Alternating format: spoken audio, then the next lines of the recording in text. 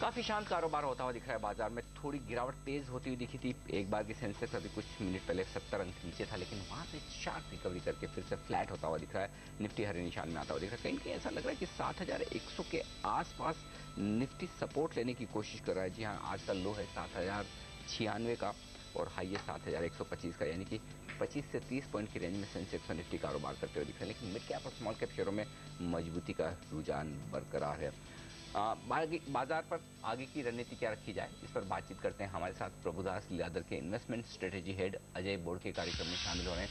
अजय, चुनाव के नतीजे 16 मई को, उससे पहले क्या आप निवेशकों को 100% इक्विटी में इन्वेस्टेड रहने की राय देंगे, या फिर अगर इन्वेस्टमेंट है तो प्रॉफिट बुक कर लें और इवेंट निकल जाने का इंतजार करें, उसके बाद फिर से फ्रेश लुक देखें, फ्रेश रणनीति बनाएं कि बाजार में उतरना है या नहीं? आई थिंक अगर आप सभी एग्जिट पोल्स के रिजल्ट देखेंगे तो मेरे ख्याल से उसमें एक कंसेंसस है कि प्री पोल एनडीए जो मैजिकल नंबर है 272, उसके इर्द गिर्द उनके नंबर्स आएंगे और एक मजबूत और सक्षम सरकार की जो काफी इलेक्टोरेट ने इन्वेस्टर्स ने इच्छा जताई थी गत 7-8 महीने से, I think most probably that will come true. At the same time जो 500 पॉइंट की रैली निफ्टी में हुई है सिर्फ 3 सेशंस में, उसके कारण हमें ये लग सकता है कि ये राइज काफी डॉन्टिंग है।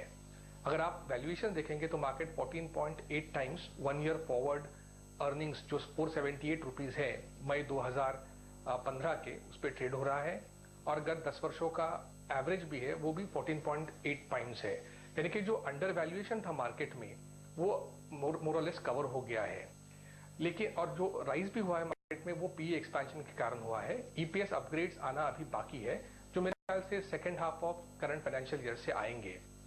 लेकिन एक तकरीबन 2 दशकों के बाद एक डिसाइसिव मैंडेट सिंगल प्रीपोल कोalition की आने के कारण एक जो हार्बिंजर ऑफ न्यू होप की एक इन्वेस्टमेंट साइकिल जो 3-4 सालों से स्टक है, उसमें रिवाइवल आने की आशा है। और इस सरकार से मेरे ख्याल से मार्केट की 3 या 4 सबसे बड़ी जो एक्सपेक्टेशंस है, उसमें पहले तो इन्वेस्टमेंट साइकिल रिवाइवल, उसमें से 3 मेन सबसेक्टर्स जो है एनर्जी सबसेक्टर, ट्रांसपोर्टेशन सबसेक्टर और माइनिंग एंड पावर सेक्टर, इन तीनों के लिए फोकस्ड पैकेजेस, क्योंकि ये तीनों कोर सेक्टर्स हैं जिनमें काफी दिक्कतें इंडस्ट्री को फेस करनी पड़ी थी।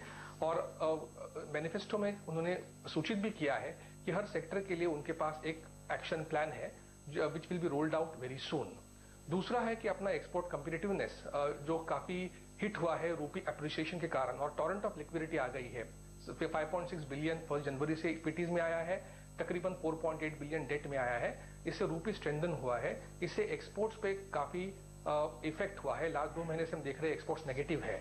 तो RBI will have to put in place a policy कि एक rupee has to be managed and managed well. आप अपने रिजर्व्स बिल्डअप करते रहो और जो लिक्विडिटी बाहर आ जाएगी रूपीज की, उसको आप स्टेरलाइज करते रहो, रूपी को कंपेरेटिव रखो और एक्सपोर्ट्स बढ़ा के सीएडी को कंट्रोल करो, न कि इंपोर्ट्स को स्ट्रैंगुलेट करके। और तीसरा जो है कि 15 मिलियन नवयुवक मार्केट में जॉब्स के लिए आ रहे हैं। गत 10 सालों में हमने देखा है कि it has been jobless growth, तो इसलिए we have to kick start the employment opportunities for this 15 million people जो मार्केट में आ रहे हैं। और उसके लिए मैन्युफैक्चरिंग सेक्टर्स का जो कंट्रीब्यूशन है 16 से 25% of GDP over next 10 to 15 years, उसकी नींव हमें रखनी है लेबर इंटेंसिव मैन्युफैक्चरिंग के लिए। अजय, आपने क्योंकि कहा रुपी मैनेजमेंट इंपॉर्टेंट रहेगा, आप क्या एक्सपेक्ट करें नए सरकार के आने के बाद? कितनी स्ट्रेंथ आप एक्सपेक्ट करें रुपी में, और उस लिहाज से क्या फिर आपको लग रहा है सेक्टोरली इंपैक्ट देखने को मिलेगा? क्या टेक्नोलॉजी पर फिर प्रेशर आएगा, वहां से पैसा निकाले और फिर दूसरे एरियाज में रखे जहां पर रुपी के स्ट्रेंथ का फायदा मिलता हुआ दिखाई देगा? मेरा ये क्लियरली मानना है, थोड़ा हटके है कंसेंसस से, कि स्ट्रेंथनिंग रूपी does not mean that it is all good for the economy. I think जो एक avalanche of liquidity इंडिया में आने की संभावना है, which is waiting on the sidelines, that will itself be a problem which RBI will have to manage. Last time हमने देखा था कि जब बहुत जोरों से डॉलर्स का इनफ्लो हुआ था, हमने रूपी को तकरीबन 48-49 तक अप्रिशिएट होने दिया, जिसके कारण काफी हमारा एक्सपोर्ट सेक्टर को क्षति हुई और massive amount of imported goods right from high and power sector में, पावर प्लांट से लेके लो एंड टॉयज तक, फ्लडिंग हो गया इंडियन मार्केट्स में, जिसके कारण मैन्युफैक्चरिंग क्षेत्र की काफी हानि हुई है। काफी करेंसी एक्सपर्ट्स का मानना है कि जब तक आपका इन्फ्लेशन डिफरेंशियल आपके ट्रेडिंग पार्टनर्स से 6 या 7% रहेगा, हमारा इन्फ्लेशन 8% है सीपीआई, अमेरिका यूरोप का 1-2% है, तो उतनी कम से कम डिप्रिसिएशन आपके करेंसी में करानी ही चाहिए आपको to keep your exports on the same footing, otherwise your exporters will become uncomparative. तो मेरे ख्याल से this is the basic rule of economics. तो I think you have to use rupee as China has used its currency, or South Korea, or prior to that Japan has used its currency to ensure that your export engine remains competitive and your CAD gets controlled through export buoyancy. तो मेरे ख्याल से I think ये manage करना होगा RBI को, how to keep the currency comparative.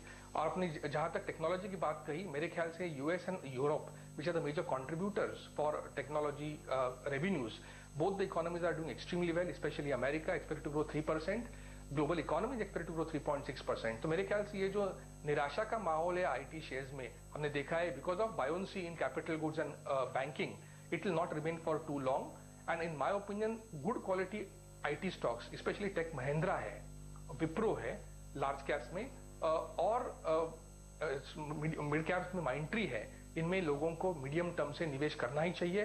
हमारे in house का व्यू है कि विप्रो का 12 मंथ प्राइस टारगेट हमारा 680 रुपीज है, टेक महिंद्रा का प्राइस टारगेट हमारा around 20% appreciation from the current levels, and in case of Mindtree we are looking at a target price of 1620।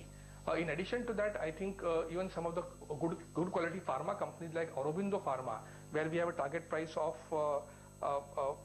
640 rupees, and Dr. Reddy's, जिनके result yesterday थोड़े से वीक आए हैं, लेकिन उन्होंने गाइडेंस दिया है कि FY15 में जो मार्केट्स उनके वीक है उसमें रिवाइवल आएगा, तो वहां पे हमारा टारगेट प्राइस 3023 रुपीज है।